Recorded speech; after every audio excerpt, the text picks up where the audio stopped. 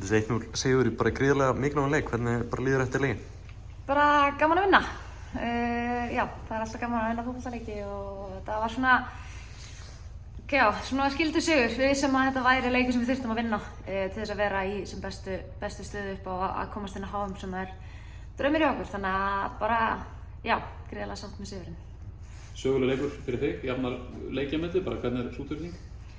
Mjög góð.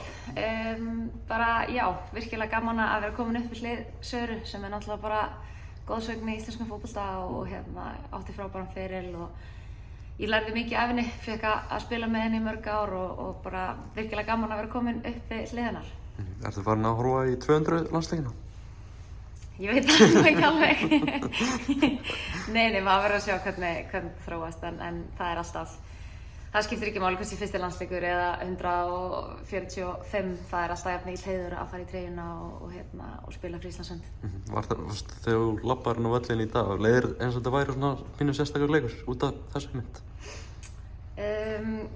Nei, kannski ekkert endilega. Ég hugsa að það verði kannski aðeins svona stærra næsti leikur þar sem ég get slegið metið. Ég held að það verði svona aðeins kannski sérstakara og já, kannski svona aðeins stærra í huganum.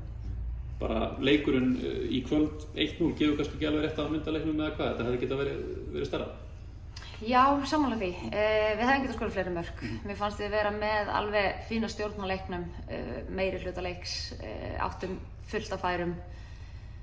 Kannski ekki alveg svona opin færi en samt sem áður fullt af góðum stöðum sem að ég held að sé svona kannski það helst sem við munum horfa í eftir hennar leik að bæta okkur á þeim stöðum þegar við erum að komast inn í teginn og í kringum teginn, hvernig við getum búið til mörkin okkar betur og kannski svona hreinni færi en samt sem áður bara gríðarlega ánægð með hvernig við sérstaklega komum inn í seinni hálfleikinn að miklum krafti og fannst pínu svona að deyfið yfir okkur í fyrri hálfleik og kannski ekki svona eins og við vorum hræddara við að tapa leiknum heldur en við vorum, já, viljur til að vinna hann, ég veit ekki hvernig maður orða þetta, en að við svona tölum aðeins það hálfleik og réðum okkur aðeins í gangi í seinni.